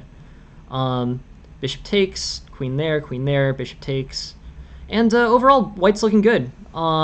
Yeah, and that's the goal. You know, the goal, I think that's a great point, Anch. Yeah, exactly, Tarash. Yeah, no. Sorry, I just saw that in the chat, guys. Yeah, no, I think really steering things towards a fundamentally sound way of play. Recommending the adequate tactical study. I think that's really the path forward. I mean, my goal is to provide good lessons. I think good lessons can be provided, so might as well give them. But on the topic of junk, I guess I've been playing a few more 1-minute games recently, and I just wanted to show you guys in terms of what games between masters can look like. These are 1-minute games that I played within the last day or two on my account. So I'm just going to pull up my, what my game looks like, and we'll take a look at the heartbeats on those games. But yeah, thank you very much for sending the game, S-Park.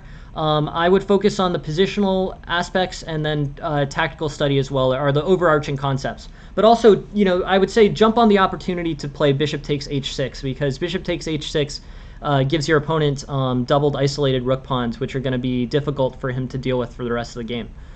I wanted to show you guys my games versus grandmasters played over the last couple days.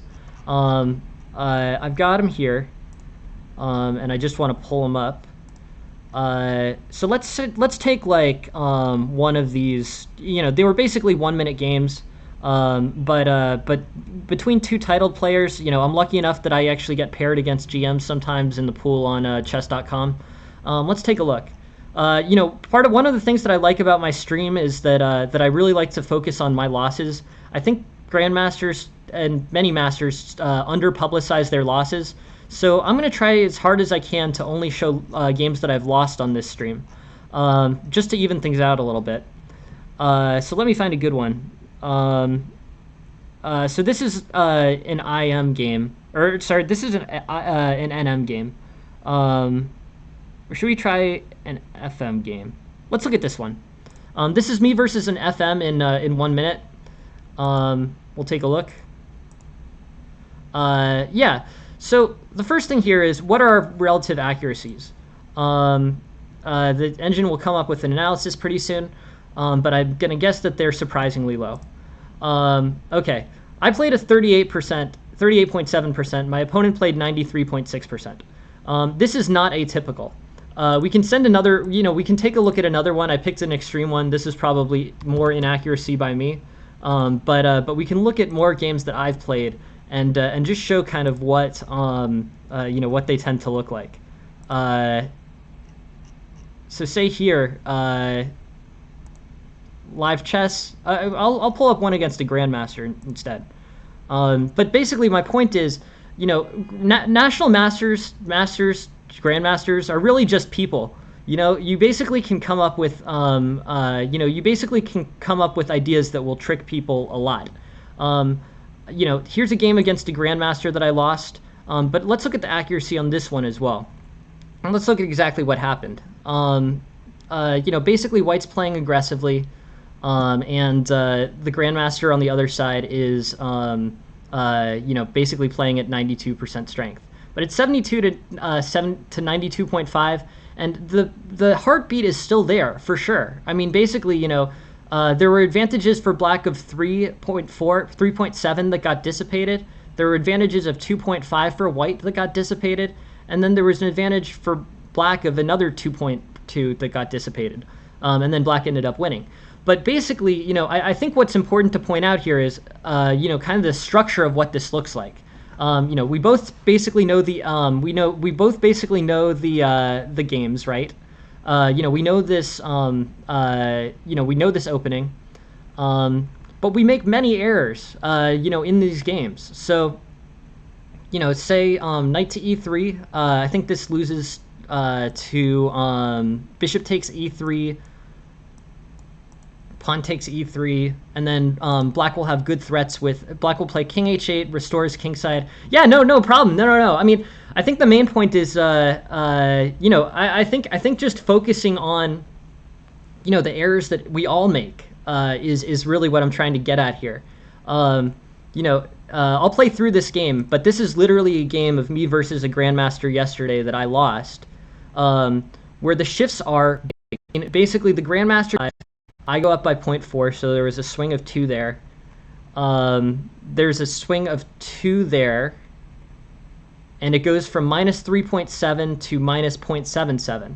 And that, I think it's queen f7 opens up to queen g4, threats of so queen g1 to queen g4, and basically threats can be established on this d6 pawn. That's the value of this. Queen d4, queen d7, threats on d6, and basically white will be fine. What are how should one advance these types of positions? It's tricky, but it really comes down to tactical study.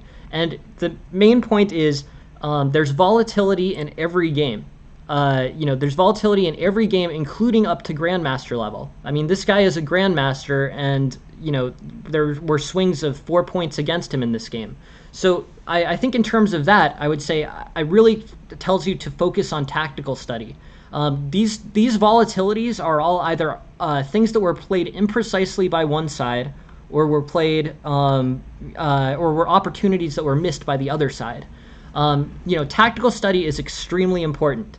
With perfect tactics, there would be no shifts of 3 points in this game. There's just a ton of back and forth.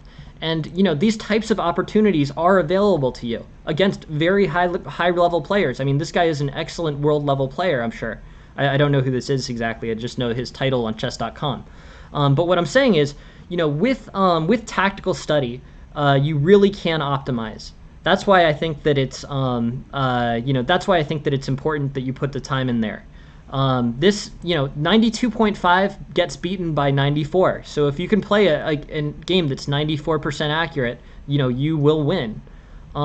So that is the idea. There's things that I can help with and things that I can't help with. But what my main point of what I'm getting at here is do your time on tactical study. Chess.com provides 2 excellent resources. They're Puzzle Rush and Puzzle Battle. These are excellent. I could play through a puzzle battle or something if you guys are at all interested. But the main idea here is really just, strengthen your tactical play. I would recommend do it in a way that's free. I'm lucky enough that I have free membership on chess.com. But you can definitely find resources that are good. Chess.com or chesstempo.com is another one. But this stuff really is, this is effective. You can just basically play through and do it for hours and basically improve your game. You won't improve every single day, but you will always be moving in the correct direction if you allocate the right amount of time to tactics. That's how one goes from being 1200 to being 2000. It's not a purist way of going about things, but it is a very efficient way of going about things. You will have to circle back if you want to become a grandmaster. If you want to speed run to 3000, like Naroditsky has been nice enough to put together a full library on. I haven't seen it, to be honest, but I will. But if you'd like to move from a if you'd like to move from 1200 to 2000, the way you can do that is very tactically oriented. Your understanding can be excellent, and it's great to have a more well-rounded understanding. But in terms of getting the most efficient, improvement, tactical study, daily for an hour or two, will lead you there quicker than you think. That's my recommendation on that. I'll close out in a minute, but just for entertainment and to hopefully encourage you guys, I can do a puzzle battle. And just sort of show you what this looks like. So basically in puzzle battle, what you do is you basically have an opponent and you have 3 minutes. So with 3 minutes, you try to play as many tactics as you possibly can. Within an hour, since you generally get about 30 puzzles in 3 minutes, you can really see a lot of patterns very quickly. This I think is excellent for pattern recognition, and this is where I would point you towards, if you're a non-professional player looking to get the quickest rate of improvement. So, basically you have an opponent. I like the way that it's sort of gamified here. I think that basically with, the full gamification here, you can, you can really stay focused. I mean, for me, it really helps to have kind of a rating system. Not that I'm super competitive about it, but what I would say is that with a full rating system, you're always focused because you always have the incentive to win.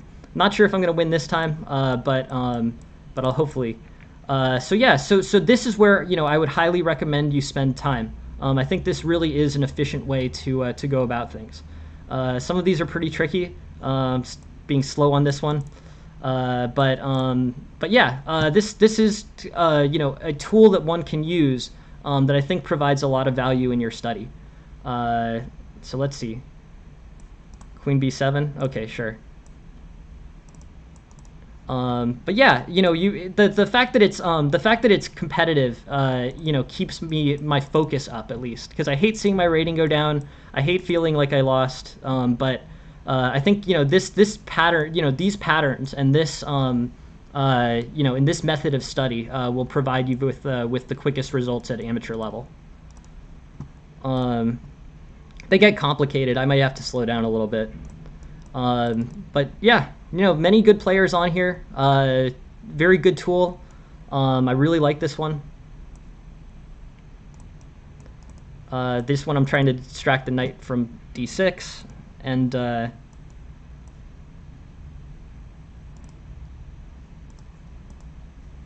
let's see. Okay. So yeah, these are interesting. They're all interesting, but the main point is that it's sort of cool to get to play it. But I think what it really is it shows you very quickly kind of a lot of patterns and a lot of pattern recognition. All right, I was lucky enough that basically I was able to win that one. But I think another thing that you can go through on this that's super helpful, and this is mostly just showing the functionality, is what you can do is you can go through and you can go to the puzzles that you got wrong, like this one, for example, and go back and study them to really just burn the tactical, the thinking into your head. It's a very good tool. I mean, I don't know if it's enough better that, I would pay for chess.com over anything else, but it's very helpful and really what I would recommend. The thing that's so good about it, I think, is that yeah, no, totally. I mean, we could do chess tempo sometimes too. But the main thing is I'm very happy to do that, Aphelion. But I guess I would say with with Puzzle Battle is basically tactical study mostly is just pattern recognition. So what you do is you see a simple pattern, and Puzzle Battle kind of ramps up the tactics. They get harder and harder as you go up. So with the tactics on Puzzle Battle, basically you, Puzzle Battle you have to rush for sure. But the thing that's good about it is that you basically start off with puzzles that are 500. They go to puzzles that are 600, and it goes up by 100 points or something every puzzle that you do. So when you do the hardest tactics, they're really just components drawn from lower level puzzles, and basically you can sort of work towards it. I can sort of go, maybe on slow tactics, I can go through and tell you the things that I'm looking at. Survival mode tactics is a different game than Puzzle Battle for sure, but they're both very good. Puzzle Battle is good, I think, because you get the most exposure to tactics at once. So in an hour you can go through and see 300 in an hour you can see 30 times 20, so 600 puzzles, if I'm right. Wait.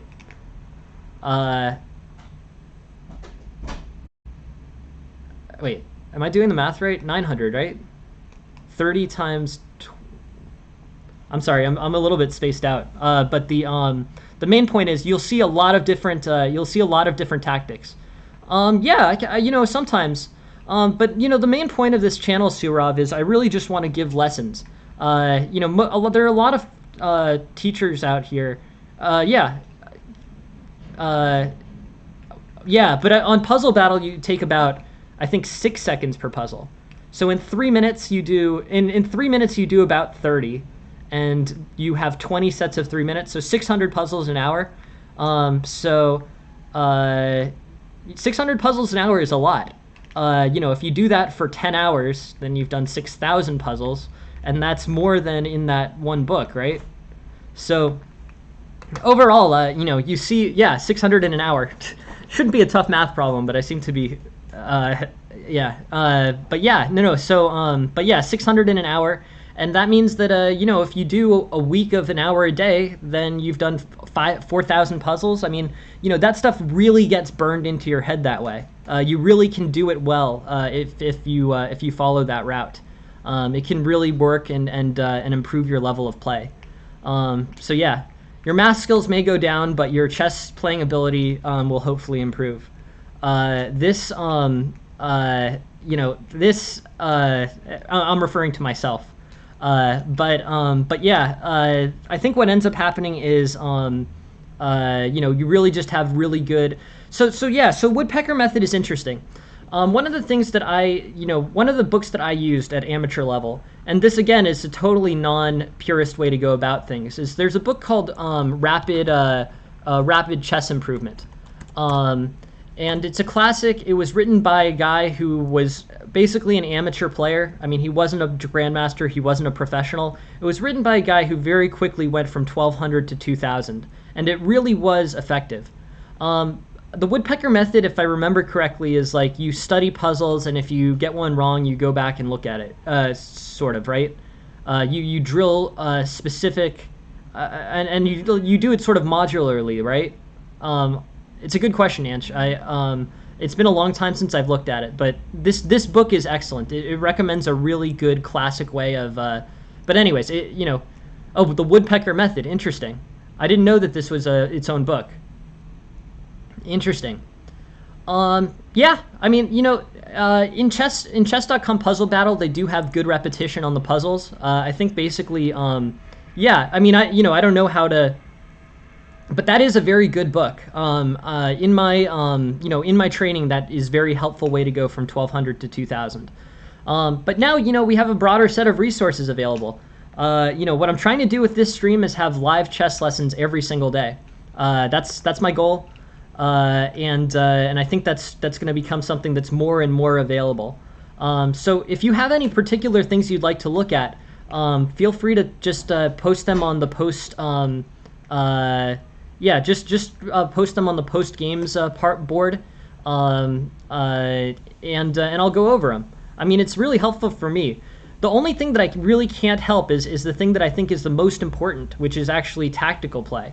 At amateur level, I strongly believe tactical play is the best way to advance your game. But I can't. I can go through on survival mode, and I like Aphilion's idea for sure. I'm happy to go through and explain like a survival level tactics or whatever. But the thing that I'm kind of the thing that I'm most focused on is it's just one of those things where you have to go home and do spend that time on your own. I can help make your game more well-rounded. I can try to explain opening concepts. I can try to explain, different types of positions or endgames. But the biggest thing in terms of improving is the work that you do on your own. I don't have anything more, insightful than that. But hopefully that is somewhat helpful. But these tools are great. I think basically, as time goes on, you're going to have better and better opportunities to improve your chess game. And hopefully resources are just going to be available to everybody to improve their chess. I think that's, really the main goal at the end of the day. But yeah, sure. Yeah, no, I like the idea. We'll do that. My channel's still in development. I've only been doing this for about a month or so, month and a week. And I really appreciate all you guys being here and being so supportive and being willing to spend time, learning with this stuff. But yeah, totally. No, I think you're making a good point, Aphelion, which is that I would like to make a more segmented theme or a more segmented stream. So basically, I could do something like beginner days on Mondays, or like have beginner lessons and tactics lessons and end game lessons, and then intersperse that with with viewer games as well. But the main point is what I kind of want to close on and share my thoughts on, which is I really think chess lessons have the ability to be free.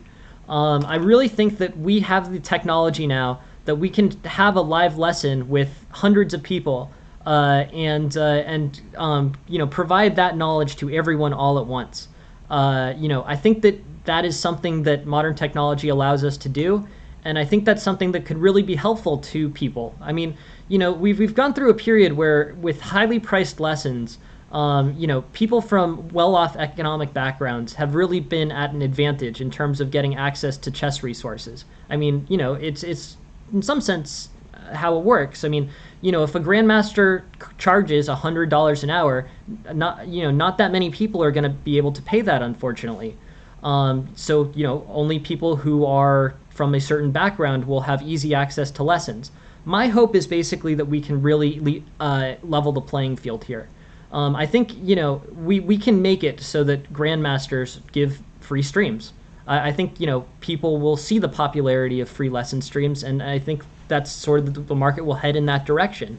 But the main goal of this is to make sure that everyone has equal access to education and to knowledge, because we can provide it. If we can provide it, we should provide it, because a system of inequity in which only rich kids can become grandmasters seems really like something that can be improved on.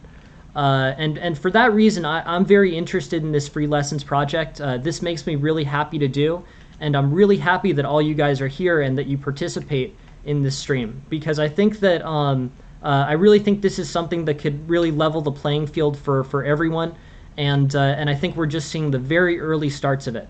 I think many YouTubers and streamers have done an excellent job in providing early level lesson material.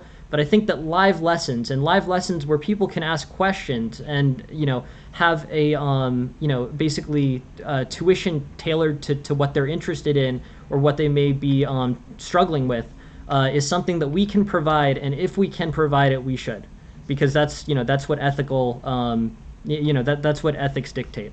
The level field, the playing field can be leveled, so in this particular case, the cost of leveling it is relatively low. I really appreciate you guys being here. I really hope that we can continue. I think I plan to continue doing this, and I hope that others will as well. Yeah, I'm really happy that you guys are here and that you contribute so much to the stream. Thank you very much all for being here, and thank you very much for the raid, Road to 3,000. I'll reach out to you after the stream. Very nice thing for you to raid this stream and to bring some awareness to the project that we're embarking on here. But yeah, thank you all very much for your help. And this is just the beginning. Way better players than me will start to do this. I'm fairly confident, and that will help the world. I think there's many better players than me. Better players than me will walk into this field and do a great job explaining things at an even higher level. But I'm happy that I can do a little bit to work and move things in this direction. Anyways, no, I wouldn't say that. There's anyways, thank you all for being here. I really appreciate you being here, and I think this is just the beginning. A lot of other people will move in this direction, and that makes me happy because we'll end up in a better world that way. Anyways, thanks a lot, guys. I really appreciate you being here. Next stream is at 6:05 p.m. Eastern, and have a good day, everyone. Thank you. Bye.